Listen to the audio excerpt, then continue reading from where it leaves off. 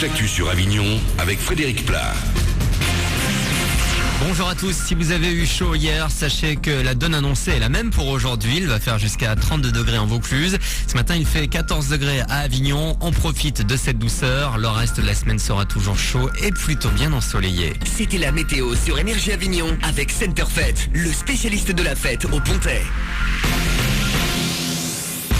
Des chiffres ce matin, 700 000 candidats en France, 32 000 dans l'Académie d'Aix-Marseille, 14 ans, l'âge du plus jeune candidat par chez nous.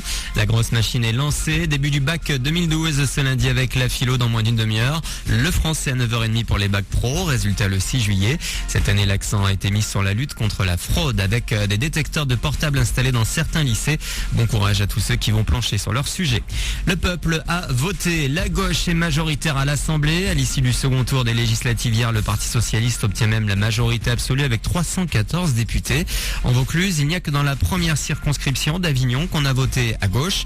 Michel Fournier-Armand a été élu avec plus de 45% des voix. Dans le reste du 84, c'est droite ou extrême droite. Ça passe pour Marion Maréchal Le Pen à Carpentras, Jacques Bompard à Orange. L'UMP enverra à l'Assemblée Jean-Claude Boucher, élu à Cavaillon, et Julien Aubert dans la circonscription d'Apt-Pertuis.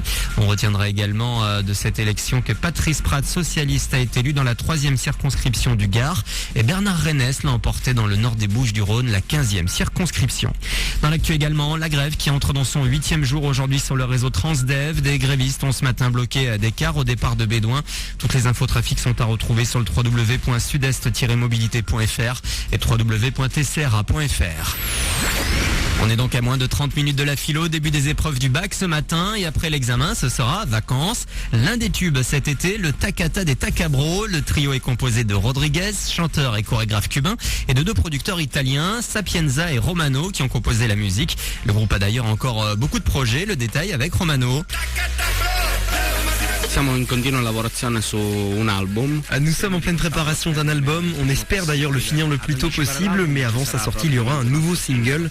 Sur l'album on retrouvera bien sûr de la dance, mais au milieu on va essayer d'intégrer des bonus, du reggaeton, du R&B, du merengue, en fait une fusion de toutes les musiques latines d'un côté avec de la house de l'autre.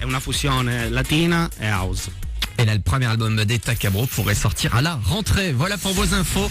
7h35, bon courage si vous passez le bac. On retrouve Manu dans le 6-9.